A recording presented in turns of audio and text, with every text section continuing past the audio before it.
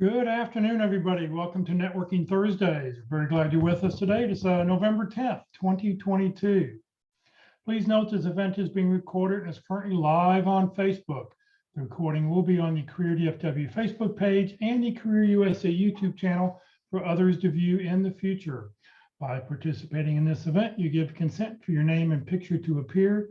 Please note that any comments you put in the Zoom chat window will not appear in the recording. For those watching on Zoom, if you have any questions throughout the presentation, please just open up the chat box and you can enter your questions there. For those watching on Facebook, just enter your questions in the comment field. We'll get those questions answered for you at the end of the presentation. Also, for those on Zoom, if you'd like to connect with everybody else who's on the call, it is called Networking Thursday. The object here is to network, find somebody you have never met before and connect with them on LinkedIn. You're welcome to put your contact information into the chat window. Well, good afternoon, everybody. My name is Jeff Morse. Back in 2008, I started a website called careerdfw.org 14 years ago this month. 10 years ago, last month, I started a website called careerusa.org to help those around the United States. I have written a book called What I've Learned About Your Job Search You May Not Know.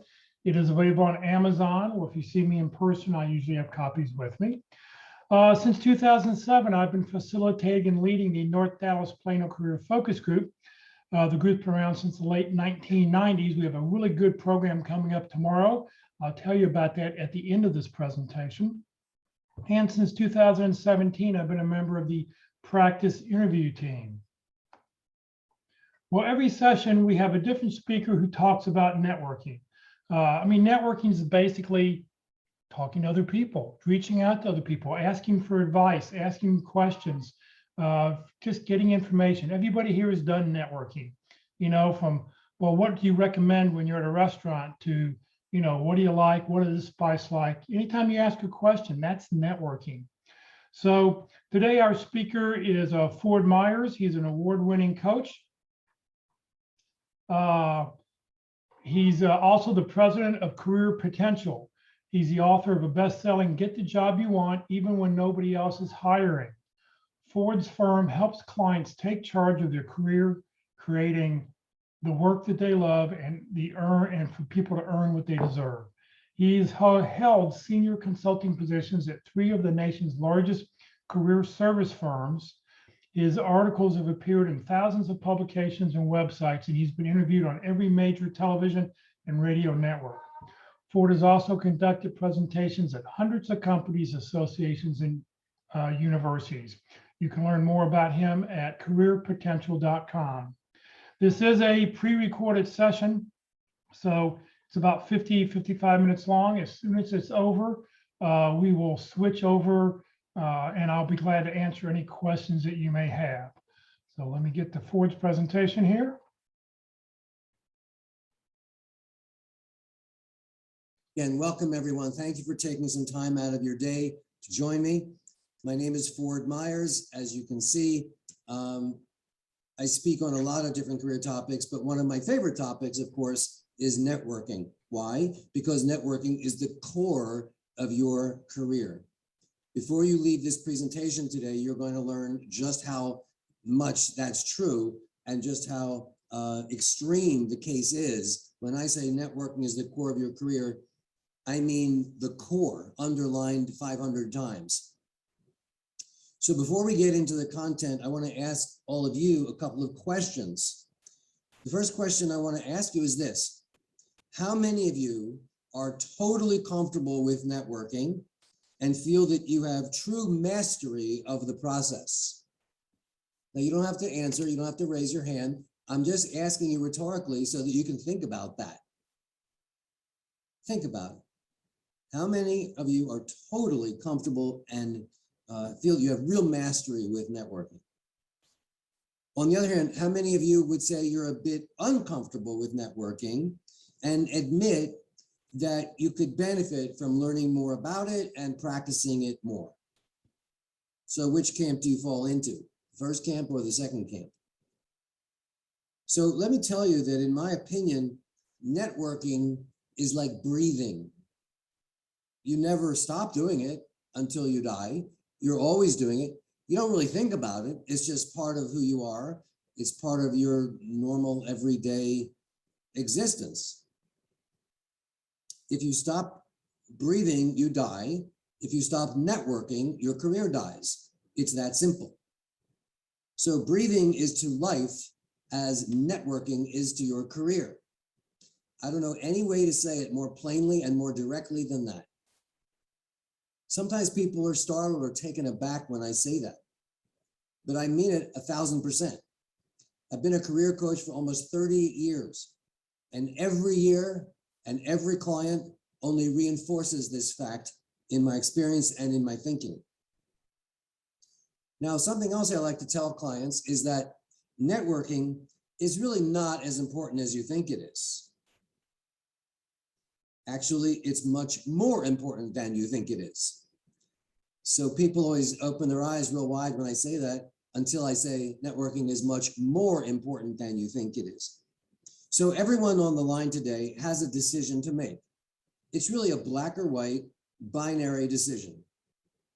And you need to decide today. You need to decide today. The decision is A, decide that you're perfectly okay with never achieving your career potential or creating real success. Or B, finally putting your stake in the ground and saying, okay, I'm gonna learn whatever there is to learn and master networking once and for all. It's your choice. I can't make you do it. Jeff can't make you do it. It's your choice. Now, the fact that you're here today tells me that you do have at least some incentive or some motivation to learn a lot about networking and to get better at it. And I'm holding you to a higher standard. I'm saying we need to master it. We need to get to the point where you are a master networker, because that's going to open up the doors. That's going to get you the jobs. That's going to allow you to achieve your full career potential. Now, I want to mention something. Of course, we are living in a coronavirus world, right? That's pretty clear and that's pretty obvious. And it has all kinds of challenges. But one of the challenges, of course, is focused on your career. And let me tell you what is not a good approach. I've actually had people say to me, oh, well, I'm not going to do anything during this coronavirus. I'm going to sort of sit it out, see what happens, and just sit by the sidelines. I'm not going to do anything. I'm not going to talk to anybody. I'm not going to learn anything. I'm just going to take it easy because the whole world has come to a standstill. So what's the point? When people say that to me, I just want to slap them. That's not a good attitude. That's not the right thing to do. So, of course, we have to acknowledge that during this coronavirus era, the normal channels and methods of face-to-face networking have been disrupted. But we don't have to stop networking. Instead, we need to shift our networking to virtual channels, including email, telephone, Zoom, and all the rest. This is not a time to sit on the sidelines. This is a time to dig in and get more involved in your career management. You can maintain your existing network and you can build it even during this period. In fact, people are more receptive now to hearing from you or to actively networking than they ever were before. Why? Because a lot of them aren't as busy or as engaged in their work, number one. And number two, they all have something in common with you. There's a common bond, a common stressor, which is that we're all in this boat together. And so people get it. They have empathy. They're willing to talk much more than they ever were before because they need comfort. You need comfort. Everybody needs a little bit of support and engagement and human to human connection. So even though the job market might not be great right now, in some areas it actually is very strong. In other areas it's not, depending on your geographic area and depending on your niche or your field. But you are planting seeds for the future when you network during this coronavirus period. This means that you'll be ready for a super launch when the world opens up again completely. So do not sit by the sidelines. People say, well, what can I do during this period? It seems like everything is shut down. Look, this is physical isolation, not social isolation. You can engage on social media.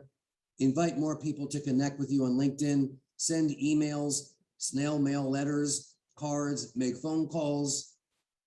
You can conduct online meetings with friends and associates. You can take or teach classes online. You can make new connections and build your database. You can look for ways to be of service to others and create ways to add value. You can do lots of things to stay top of mind with other people, even while we're in the coronavirus period. You can join and participate in online groups and forums like this one.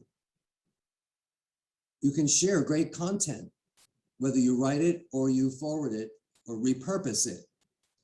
You can reconnect with people you haven't touched in a long, long time. And you can set clear networking goals and fulfill those goals on a daily basis. So what I'm saying is there's plenty of help and support. If you don't know how to do all this, reach out for help. But my God, this is an incredible time to be building your network and improving your networking skills, not sitting by the sidelines. In fact, I think it's a huge opportunity. If your work is slow or you're not working, what a great time to take classes, look at YouTube videos, get some coaching, research topics of interest to you, write articles or blogs, position yourself as an expert and thought leader so that employers and recruiters are drawn to you. There are just so many things you can do. Please don't have this attitude of sitting by the sidelines and wasting all this valuable time. Now, in every presentation I do, I always start with this graphic right here, because I think it's so important. It needs to be very clear in everyone's mind. So let me just explain what this means very briefly. On the left-hand side, you see the old reality. On the right-hand side is today's reality. On the left-hand side, what I mean is that in the old days, the focus was on your job. I'm talking about 30, 20, 40 years ago. It was about get a job, get with a good company, stay with that company. They'll take care of you. You'll get a raise every couple of years. You get a promotion every couple of years. Human resources will take care of your advancement, although in those days they called it personnel. And nobody really talked about career in those days, unless you were a doctor or a lawyer or an architect or a dentist or something. People didn't have careers, they had jobs. And they tried to get a good job and get paid as well as they could and do a good job. They just show up every day and do a good job. Career was not top of mind. It was an afterthought at best. But look, in today's reality, and for the last many years now, the whole thing has flipped over to the point where now everybody has a career. I don't care if you work at McDonald's, you have a career. You're a janitor, you have a career. People talk about their career, advancing their career, learning. And then, oh yeah, there's this little thing called job. Job these days is like a temporary assignment. It's a way station. It's a stepping stone. So it's very interesting how everything has flipped. So what does this mean? It means that the focus is on you, your shoulders. The onus is on your shoulders now to take full responsibility for career management. Personnel is not going to do it. Human resources is not going to do it. I'm not going to do it. Jeff's not going to do it. You need to take full responsibility. It is human nature to become career complacent. When you have steady work that you enjoy, when you're focusing your energy on just doing a good job in the job you have, but that's not enough. Actually, today, you need 2 jobs. Everybody has 2 jobs today, 1, 2. First job is to do the job that you have and do it well. Whatever job you have, do it to the best of your ability and add value and be a great employee. But your other job is career management. Researching your field, advancing your skills, getting more training or certification, being involved in professional associations and organizations, being high visibility, high credibility in your niche, putting stuff out on social media to create your reputation as a thought leader and expert. So you thought you only had 1 job to do. Not true. You have 2 jobs to do. Your regular job and the job of managing your career. So given this reality that I've just explained to you, there's one skill that will improve your situation and prove invaluable to you now and forever. And that skill, above all others, is, of course, networking. You've probably heard this before, but even in my own experience, I can tell you that 80 to 90% of professional level positions are secured through networking. So how much of your time and energy should be devoted to networking when you're trying to get a new job or advance your career? 80 to 90%. That's a lot. I love it when people say, well, I don't like networking, it makes me uncomfortable. It's like saying, well, I don't really like breathing, you know, it's kind of annoying. I don't want to do that anymore. It's just completely absurd.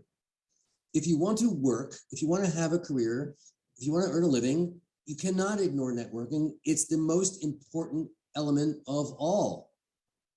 It's like saying, I want to perform in the Olympics. I want to compete in the Olympics, but I don't really want to practice. So I'm not going to do any work. I'm just going to show up. It's just so insane. So networking is not part of your career. Networking is your career. Can I say it any more plainly than that? And you don't just do this when you're between jobs or between assignments. Networking is an attitude. It's a way of life.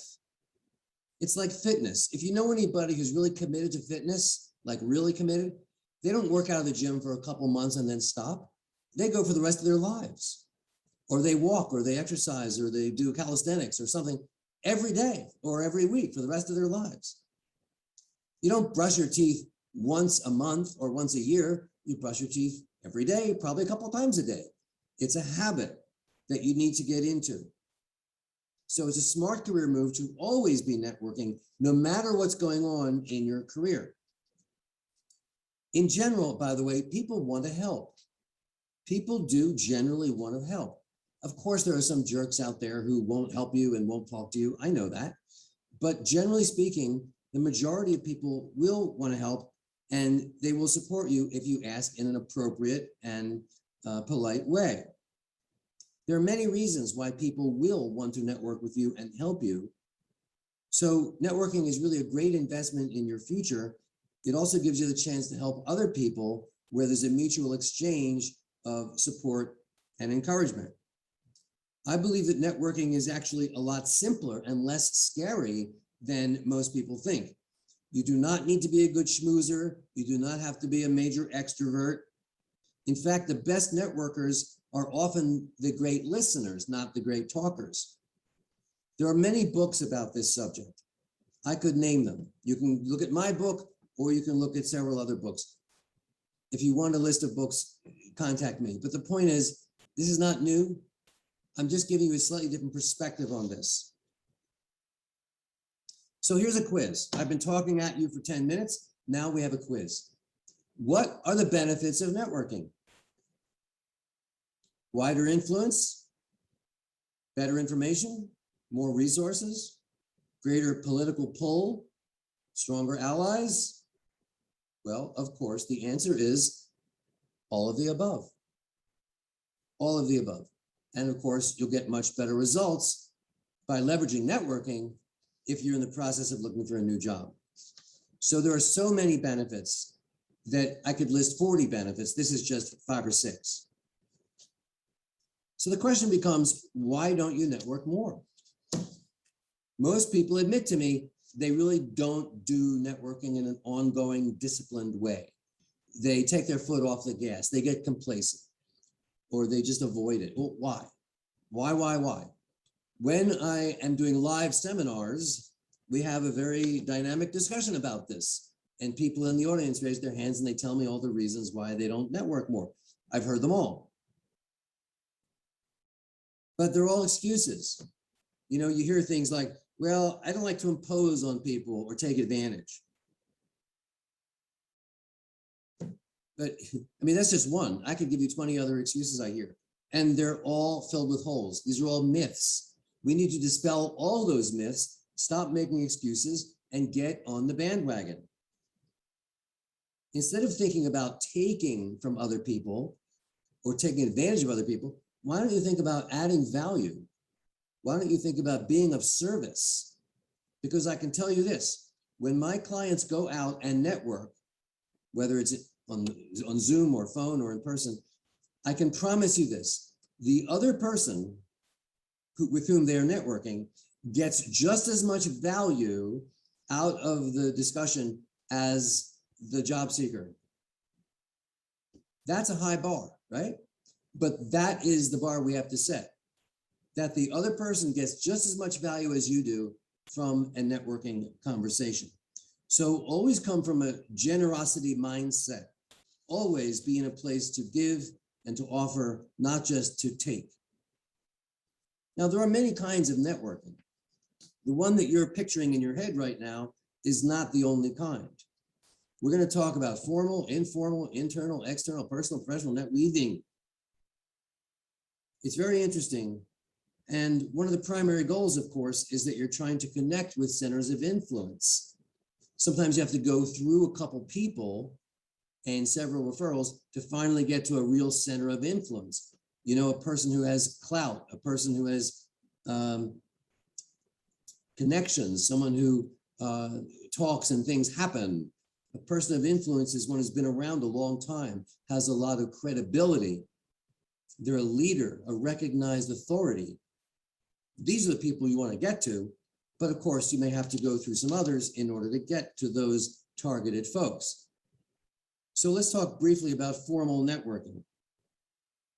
This means like the group you're in today, you know, a formal, purposeful place to go or to be online where the goal and the purpose is to network. So it's networking groups, career support organizations, alumni events, associations and industry-specific events, chambers of commerce, university-based, all these places where you can do formal networking. And it's very important to schedule these into your calendar. Every one of you should be going to at least 2 or 3 networking events per week. I realize that these days they're mostly virtual. That's fine. But we're not talking about doing this once every 6 months. We're talking about doing this 2 or 3 times a week, group networking functions and events. So the formal purpose is to network. You go, you participate, and you network, and you're prepared, and you know what to say, and you have the right material. Then there's informal, which is everything else, okay? Your friends, neighbors, community involvement, volunteering, be a board of directors, church groups, little league coaching, you know, all the places where you interact with others, but the formal purpose is not specifically to network for your career. Let me just tell you that one contact can change the course of your life and your career. So you may have lots of, you know, brick walls and wild goose chases that don't go anywhere when you are networking, but it only takes one to really have an incredible experience, and it can open doors and change the direction of your career forever. I know this because it happened to me personally when I was quite a bit younger. I completely changed careers based on one conversation. And I have many, many clients who have also had the same experience where they had, let's say, several not so great networking meetings, and then they landed on one that was a complete mind blower, a real eye opener. Well, that's a wonderful experience when that happens. Now, internal networking means getting to know the people inside your organization where you work in all levels, all departments. So don't just think out there. What about all the people who work in your own organization? Have you gone out of your way to connect with them? Do they know all about you? Have you offered to be of help or of service to them? Have you stayed in touch? Have you acknowledged their birthdays or whatever? I mean, you just have to really forge relationships. You got to build your visibility and your appeal inside the organization. If you think about this selfishly for just a moment, think about this. If you're on really good terms with the IT guy in your company, well, whose computer is going to get fixed first when a lot of computers are down? If you're really tapped into the human resources department, then whose questions about benefits are going to be answered first when they have a lot of questions? This kind of influence, this internal networking can make your life a lot easier, make things go a lot more smoothly. So it's vital to be well known, well liked, and well respected within your own organization. Remember, it's not the most qualified person at your company who gets the offers, gets the jobs, gets the promotions. It's the person usually who is best networked. That's the person who gets the best opportunities. And then there's external networking. As we touched on a little bit, this is outside the organization, your city, your region, your neighborhood. Prospects, vendors, partners, trade groups, associations, civic groups. These people want to know you, and you should want to know them. You're connecting, you're making friends, you're building relationships. In other words, get out of your silo. Get out of your comfort zone. Let's really open up the floodgates. Let's get more connected and more known. This is where people usually raise their hands and say, but Ford, I'm an introvert. I say, I don't care. Get over it. You're talking to a guy right now who is such a strong introvert. I'm off the shelf. I'm off the chart. When it comes to networking, when it comes to public speaking, I am an introvert. Off the charts, I score introvert. But I also have goals, so I don't let that hold me back. And I know how to take care of myself so that if I'm extroverting a whole lot in a half of a day, I know how to take care of myself so that I can recuperate and get my energy back after the event is over. So when I say get over it, I mean get over it. This is not optional. Boy, Ford, you're really tough. You are so tough and demanding. You're a real taskmaster. Look, I'm interested in your success. I'm trying to help you. If you keep doing what you've always done, you'll get the same results you've always gotten. You might have heard that before. You've got to get outside your comfort zone and try some new behavior if you want to get different results. Now, one of the key elements is the positioning statement. We're going to talk about a couple of the key elements now. And by the way, the handout that you received, the handout, you don't necessarily have to look at it right now, but I really do want you to study it later. When you do look at that document later, you will be 1000% clear. You will say, oh, so this is what Ford meant. Oh, here are examples of what Ford was talking about. So just get the high points right now, all right, the big picture, and later, when you have time, you can study the handout and go into more detail. So the first item you need is a positioning statement. It's essentially your 15-second commercial. Some people call it your elevator pitch. I call it the positioning statement. What is it? When someone says to you, tell me about yourself, or they say, who are you professionally and why should I care? This is the statement that you'll make. It's very structured. It's very compelling. It's very brief. It's written ahead of time, carefully edited. It's memorized, and it's always on the tip of your tongue. Here's one example that you see right here in red. The goal is not to give them your whole life story. The goal is to engage them, to whet their appetite and get them interested in potentially hearing more. If they don't want to hear more, fine, then you're not for them and they're not for you. But if they go, oh, that's interesting, tell me more about that, then you know you got one on the hook. So this is the foundation upon which you will build your other tools. Resume, one-page biography, all the other tools. And you need to really get zeroed in, learn this process, because it's the foundation of everything else in your toolkit. Then I have heard many, many people say to me, Ford, I'm busy. I don't have time for networking. I don't have time for networking. Again, that's like saying I don't have time for breathing. Well, first of all, why are you so damn busy? In other words, are you just spinning your wheels, doing busy work? Are you taking care of too much? Do you know how to delegate? Do you know how to set limits? Are you prioritizing the things you do with your time? Or are you just a machine that takes it and takes it and does it and does it and you never even come up for air?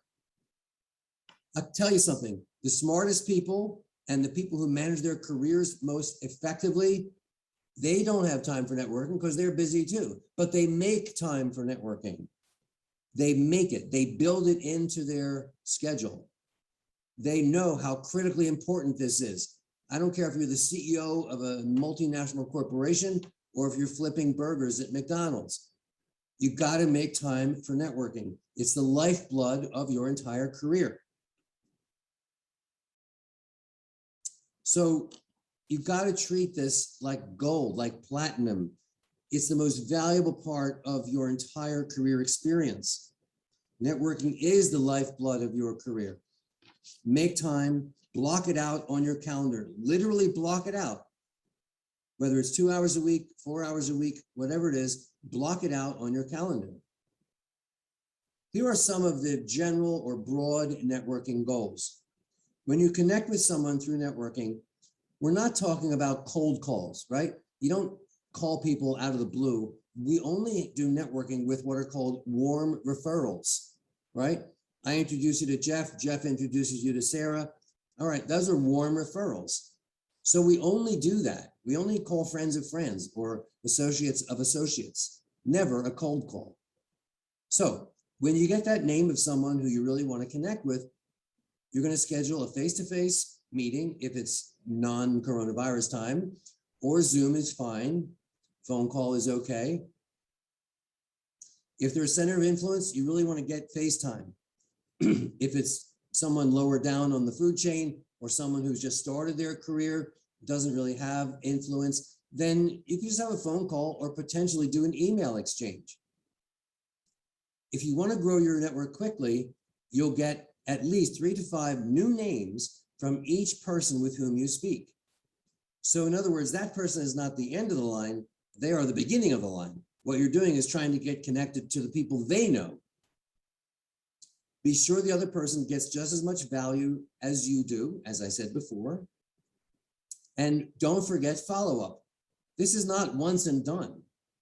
This is not one blind date that you never call again. All right. This is ongoing, continuing dialogue, a relationship that you'll hold on to for the long term. So how many networking meetings should you have a day if you are in active job search? My clients have at least 2 networking meetings a day on business days, work days, sometimes 3. One in the morning, one in the afternoon, or maybe one even in the evening.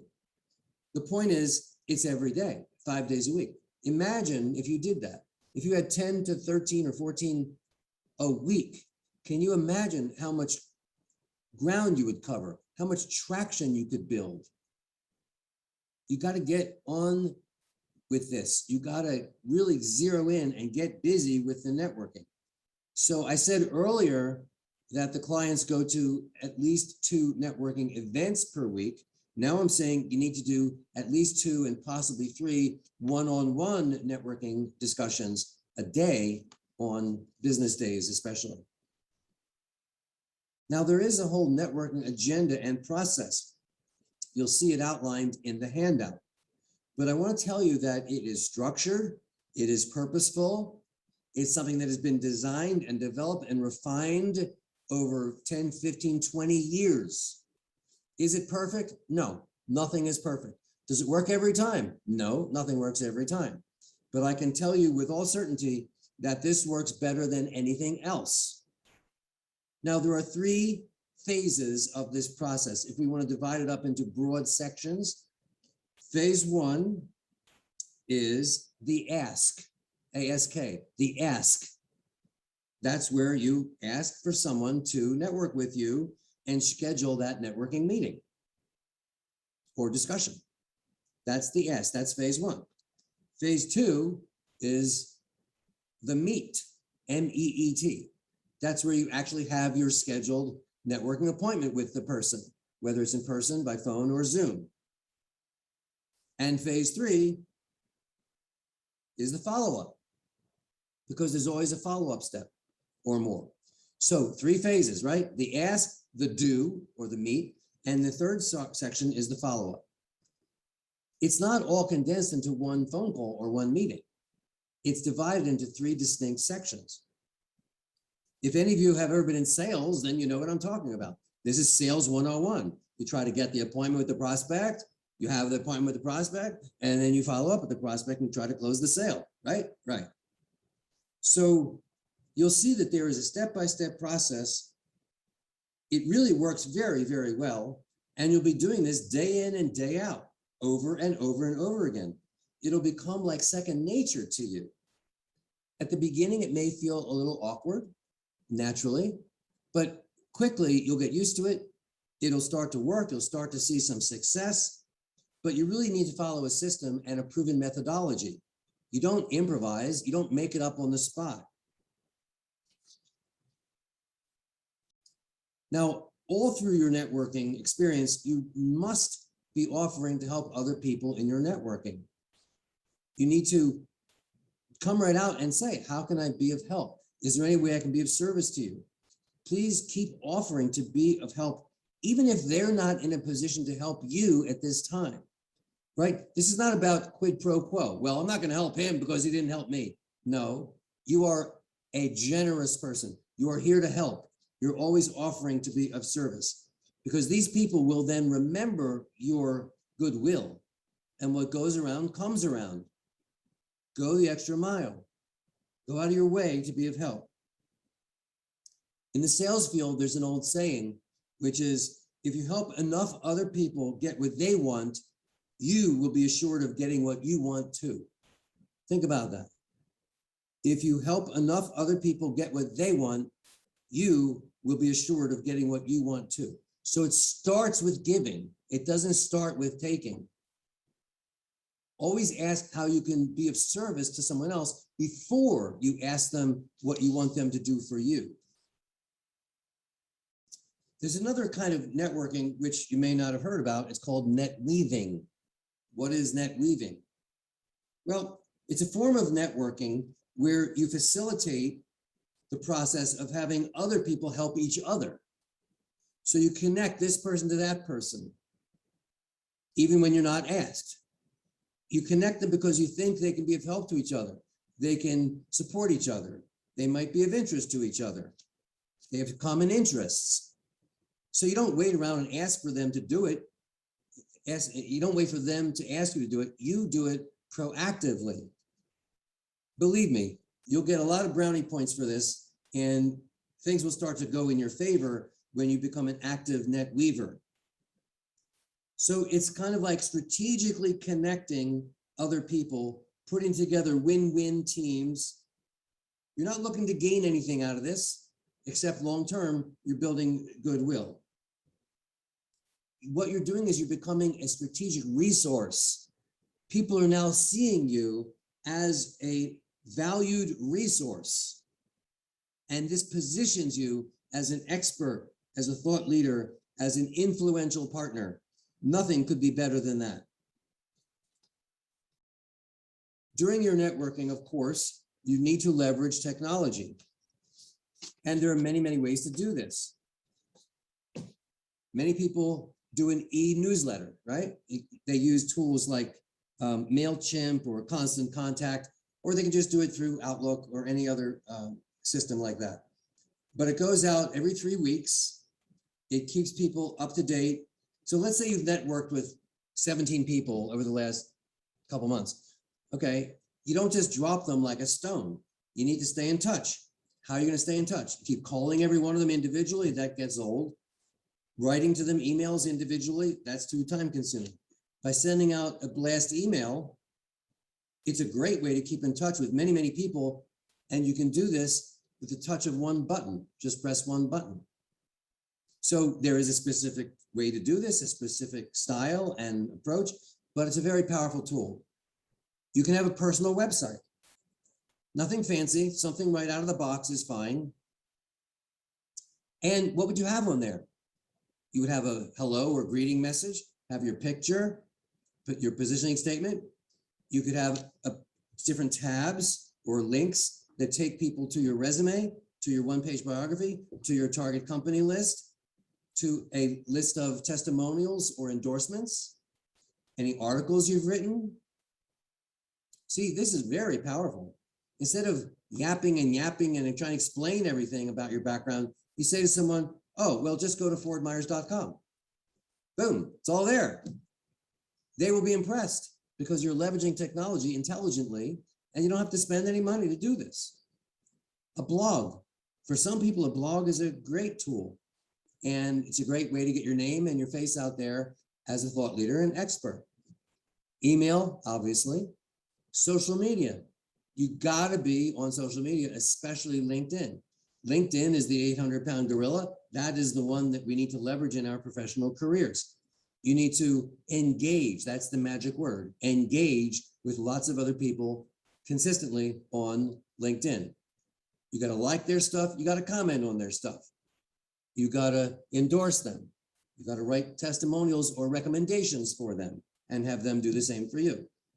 You need to post your own paragraphs or articles. You need to be engaged in different LinkedIn groups. If you don't know how to do all this, it's very simple to learn. Video conferencing, it's a great tool. It hasn't been around that long, but since we've been doing it, it's become the mainstay. It's how we're all existing these days. Why can't you set up video conferences? You can. Why can't you do presentations online? You can. So there's so many different ways that you can leverage technology. I'm asking you to raise the bar and leverage technology more than you have so far. You've got to keep your career on target. Just to review, you got to network inside the organization. You got to network outside the organization. You need to help others now. Always be asking yourself, how can I be of help to that person? How can I be of service to that person? Use and leverage technology because your network is your career success. Don't stop ever. Don't lose traction, especially during this coronavirus era. You got to step up. You got to be more creative and stand out from the crowd. You know the old saying, when life gives you lemons, make lemonade. This is your chance. Use the coronavirus period right now as a way to increase your skills, improve your networking, learn more skills, get out there and connect with more people. This is a huge opportunity to reconnect or connect perhaps for the first time. This really brings power to your career. This will allow you to take charge of your career and create the work you love and earn what you deserve, which sounds pretty good to me. And here's the old saying, dig your well before you're thirsty. Don't wait. Don't wait until a career crisis arises to get into gear. You got to be doing this now, proactively, always. Never be career complacent. Never stop networking. Let me give you an example. When one of my clients gets a new job, a job they really want, and we negotiate and everything's great and they're happy and I'm happy, we jump up and down and scream and celebrate. And then I say, okay, take out your calendar. They go, what? I say, take out your schedule. And they go, okay. So they take out their calendar. And I say, when are you starting your new job? They say, next Monday. Great. So open up to next Monday. Which blocks of time do you want to write down for networking? And they say, Ford, what are you talking about? I just told you I got a new job. I don't have to do this networking stuff anymore. And I say to them, have you been listening? Haven't you been listening all this time I've been working with you? And then they say, oh yeah, that's right. I get it now. So they literally block out 2 hours, 3 hours, 1 hour. They literally block it out on their calendar for the next 20, 30, 70, 100 weeks. And every single week, they block out time for networking. That's how important this is. Why? Because what if your job doesn't work out? What if you get canned after 3 months? You never know. You just never know. There's not much security in today's work world. The only security that you have is right here between your two ears. It's your competitiveness. It's your connectedness. That's all you have. Your knowledge, right? New education, new skills, new connections. It's got to be building and building all the time. never complacent. Here's something else that maybe you haven't thought of. The best networkers rarely have to look for a job at all.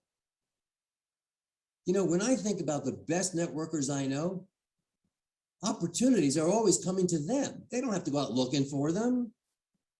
They don't send out resumes. They don't talk to recruiters unless the recruiter calls them first.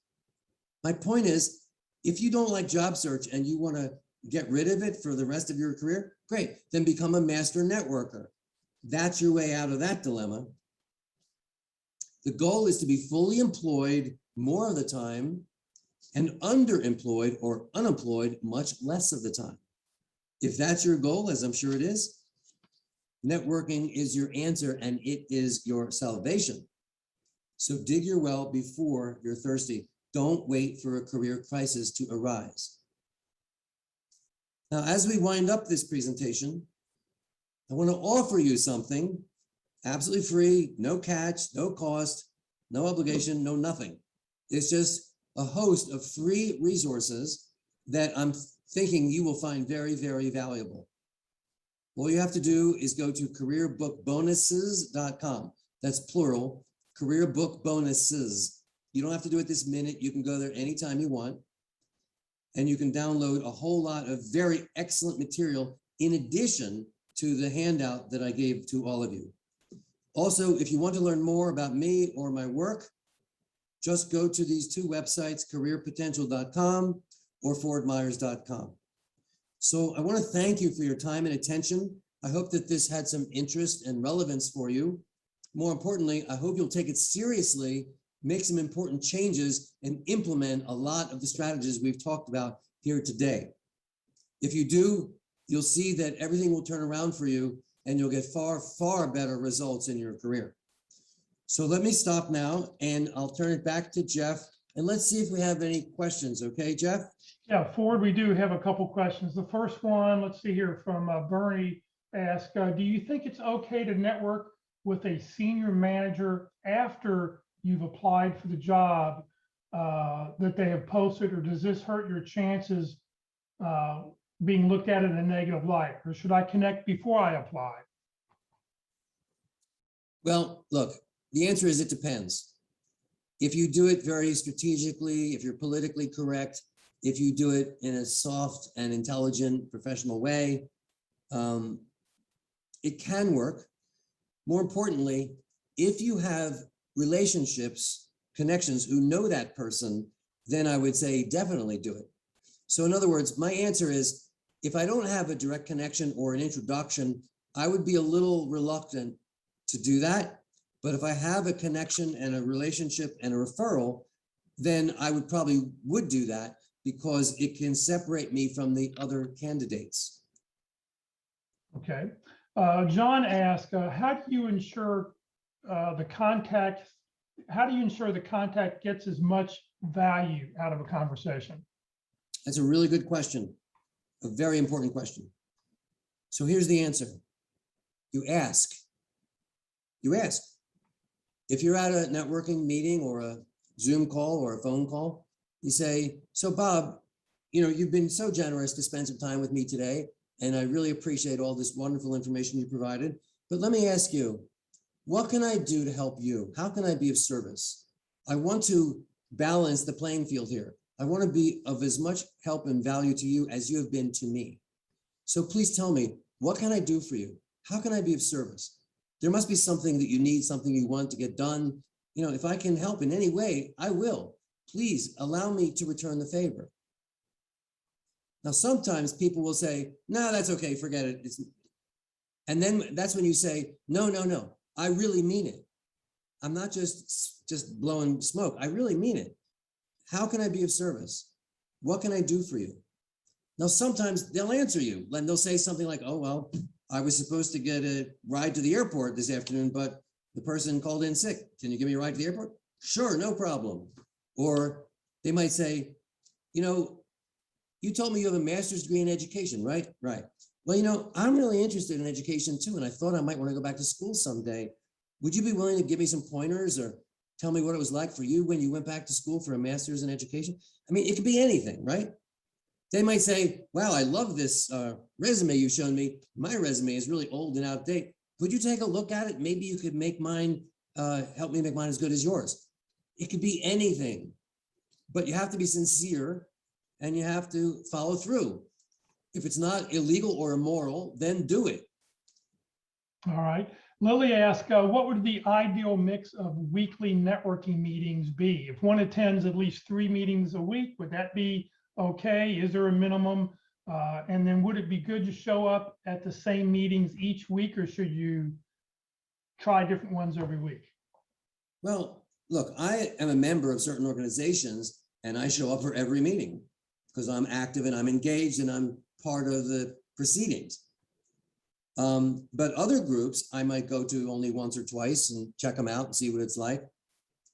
As I said during the presentation, the ideal scenario that I've learned after 30 years is have at least two one-on-one networking connections per day. And that's usually work days, but it could be a Saturday. And go to 2 to 3 group events per week. Most of them are online now, and that's fine. But whether it's online or in person, that's my answer. I hope that answers your question. Right. David says, is it appropriate to reach out to a second-degree contact on LinkedIn that I had a job interview with through a recruiter that didn't pan out in the end? The recruiter didn't give me negative feedback other than they decided to go with another candidate that was a little bit more skilled than me. Yes, I think that's fine. The job wasn't given to you. This is after the fact. You have nothing to lose. If they tell you to drop dead, so all right, so you didn't lose anything. All you're doing is send an invitation. By the way, make sure your LinkedIn invitations are personalized and written directly to the person. Don't use those canned, silly, generic invitations. Great. Well, thank you very, very much. Yep, it's the same information we talk about all the time. So let's see here. So thank you, Ford. Thank you very much for your information. Great information today. Great presentation.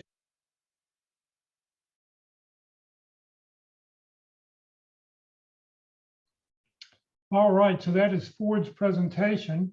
Does anybody have any questions, any comments, anything you'd like to say before we move on? Anybody? You're welcome to unmute your mic. Hey, Jeff, this is David from Atlanta. Yeah, go David. Easy, quick question. I think I know the answer. Will this video be uploaded to the YouTube channel later today?